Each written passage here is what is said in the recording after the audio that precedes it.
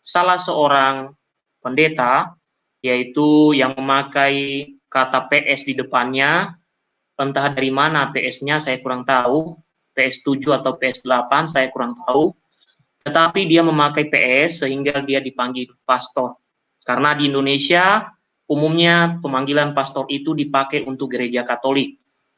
Berbeda dengan di luar negeri ya. Jadi konteksnya jangan disamakan. Oke. Pada hari yang lalu, satu hari yang lalu, kita semua ya, termasuk teman-teman Katolik dalam grup Apologet Katolik, kami menyaksikan salah satu diskusi ya, PS Joshua Tewu dengan seorang Yahudi. Saya kurang tahu Yahudi KW atau Yahudi asli. Karena setahu saya kalau orang asli Yahudi pasti berbeda dari cara berpakaian dan juga dari cara budayanya. Berbeda dengan orang Goyim yang masuk ke dalam Yahudi. Itu pasti berbeda. Karena mereka mempunyai tradisi-tradisi. Saya kurang tahu Yahudinya benaran atau Yahudi KW. Karena banyak orang juga yang mengaku Yahudi. Ya, oke.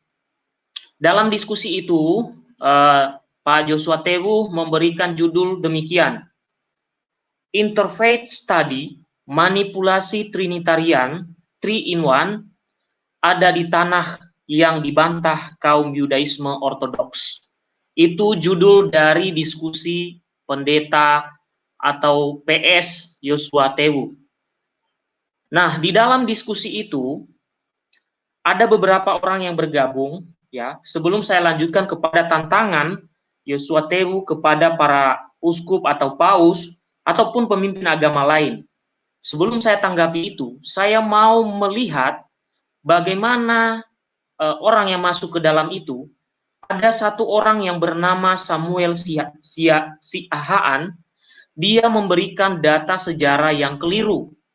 Ya, ketika Joshua Tewu bertanya tentang siapa yang duluan ada, Ortodoks atau Katolik, karena dia bertanya terkait bapak-bapak gereja. Maka pada kesempatan itu, ya, Samuel Siahaan, ya, dia menjawab bahwa ya, yang duluan ada adalah Ortodoks, ya. Nah, dalam diskusi itu juga banyak sekali sejarah yang diputar balik, ya, termasuk tentang bapak-bapak gereja, ya, juga termasuk tentang pemakaian patung, pemakaian ikon di gereja Ortodoks, itu juga dibolak-balik. Nah, kalau Bapak Ibu tidak percaya, saya akan coba menunjukkan ya bagian tertentu dalam video ini, dalam video yang sudah dibuat oleh Pak Joshua Tewu, dan mudah-mudahan tidak ada ini nanti ya, karena kadang-kadang kalau orang yang tidak setuju nanti dilaporkan ke YouTube supaya disuspend. Ya, kalau Pak Joshua Tewu adalah orang yang gentle, pasti dia tidak akan melaporkan ini. Nah, saya coba akan tunjukkan bagian di mana ini sebenarnya gejala apa? Dari mana mulainya? Oke, saya akan tunjukkan bagian di mana mereka bercerita sejarah, tetapi mereka mendistorsi sejarah. Oke, sebelum saya masuk ke situ, nanti setelah saya membahas beberapa hal, nanti saya akan memberikan kesempatan kepada saudara-saudaraku juga untuk memberikan komentar, karena banyak juga yang menghubungi saya yang mengatakan bahwa mereka menyaksikan saat itu, bahkan mereka masuk ke dalam room ya. Saya berusaha masuk waktu itu, waktu kemarin itu, tetapi tidak bisa karena sudah ngantri ya. Sudah ngantri dan begitu banyak yang masuk. Seandainya saya masuk, saya pasti akan memberikan penjelasan, dan ciri khas kita orang Katolik pasti akan meluruskan. Ya, tentu saja kita tidak menghina mereka. Oke. Mudah-mudahan lancar apa yang saya tunjukkan terkait nanti video ini. Oke, saya akan share screen. Bagian yang saya katakan itu ada sesuatu yang disembunyikan, ya, sejarahnya dan diputar. Saya akan tunjukkan bagiannya, Bapak Ibu. Kita akan lihat dulu supaya jangan sampai saya nanti dikatakan mengarang-arang. Oke, saya akan tunjukkan. Oke, ini adalah video diskusi Pak PS Yosua Tewu dengan Valen. Ya. Dan ini karena begitu banyak ragamnya, begitu banyak perbedaan. Versi sejarah Katolik berbeda. Versi sejarah Ortodoks juga berbeda. Saksi Yehova berbeda. Banyak sekali versi sejarah. Anda klaim yang mana? Anda klaim yang mana, Pak? Jadi kalau saya menjabarkan, saya mengambil satu kesimpulan bahwa dulu itu terjadi ada satu perselisihan antara pihak Arius dan Athanasius, dan pada waktu itu juga Konstantin itu memasukkan ide gagasan supaya tidak ada lagi yang namanya perdebatan gitu. Makanya pada waktu itu Arius ditarik, ya kan? Dan habis itu. Oke. Dari sini ada kesalahan di sini Bapak Ibu. Ya. Mereka bercerita tentang Arius tetapi membahas Athanasius. Siapa sebenarnya yang berselisih dengan Arius? Kalau Bapak Ibu mengetahui sejarah, pasti tidak akan membahas di situ Athanasius terkait dengan Arius.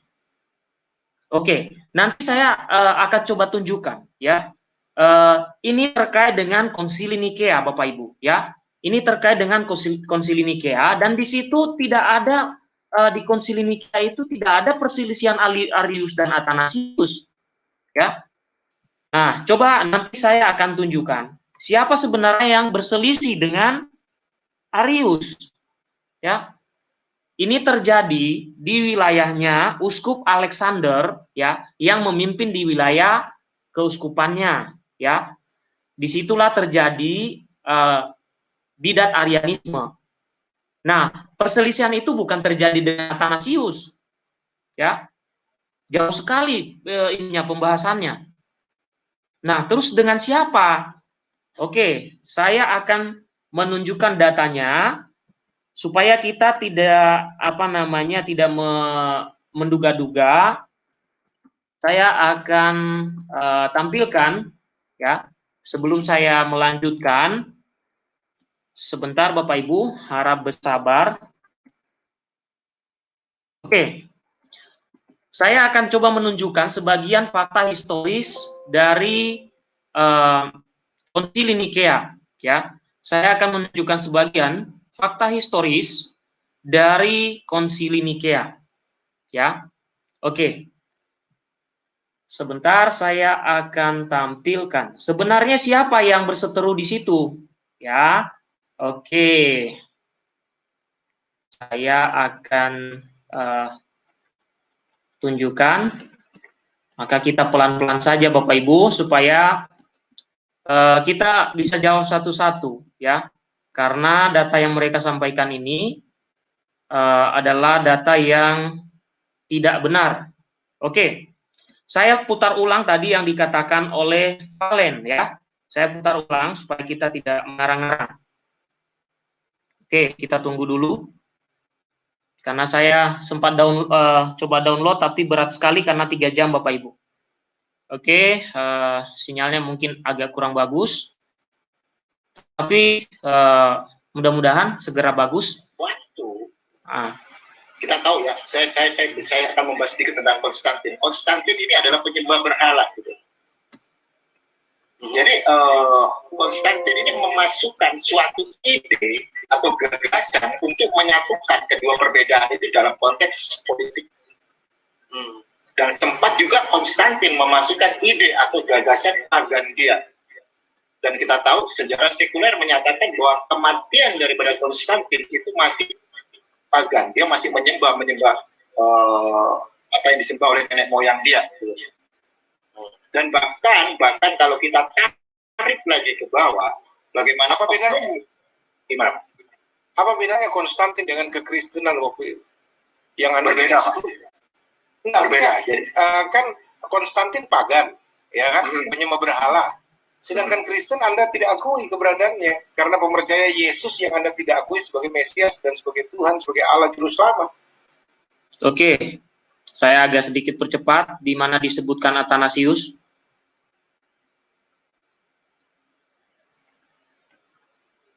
Ya, oke. Saya akan share screen tentang Konsili Nikea. Saya hentikan sebentar tentang ini, tentang video ini ya. Saya hentikan. Nah, kita coba lihat Konsili Nikea itu kenapa terjadi. Oke. Tadi mereka mengatakan ya perseteruan antara Arius dan Athanasius. Nah, coba kita lihat di awal apa sebenarnya yang memunculkan ya Konsili Nikea. Di mana terjadinya? Oke. Ya, ini tulisan catatan dari saya dan bukunya ada di sini kalau Bapak Ibu mau baca. Oke, Konsili Nikea ini diadakan untuk menanggapi ajaran Arius, dan Arius ini seorang pastor dari Alexandria pada tahun 319. Oke, sebenarnya dia berseteru dengan siapa? Apakah dengan Athanasius? Ya, kita coba lihat. Nah, ya, wilayah di mana Pastor Arius bertugas terjadi di Alexandria, di mana saat itu patriarknya bernama Alexander.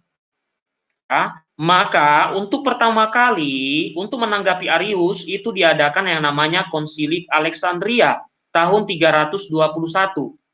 Bukan 325 yang awal ya, tapi 321. Ini khusus diadakan di keuskupannya Patriark Alexander. Oke. Nah, kemudian ya, jangan hanya dikatakan bahwa Arius itu berhadapan dengan Athanasius. Tidak. Justru banyak yang berhadapan, termasuk uskup Alexander ini, Patriark Alexander ini. Dia menganggap bahwa pastornya ya yang ada di wilayahnya ini mengajarkan ajaran yang kurang pas. Oke. Kemudian kita lihat, saya tidak akan baca seluruhnya. Nah, jadi di sini Kaisar Konstantin itu bukan satu-satunya yang memutuskan untuk mengadakan Konsili Nikea. Ya, justru Konstantin itu menyediakan tempat yang kita sebut nanti sebagai Nikea.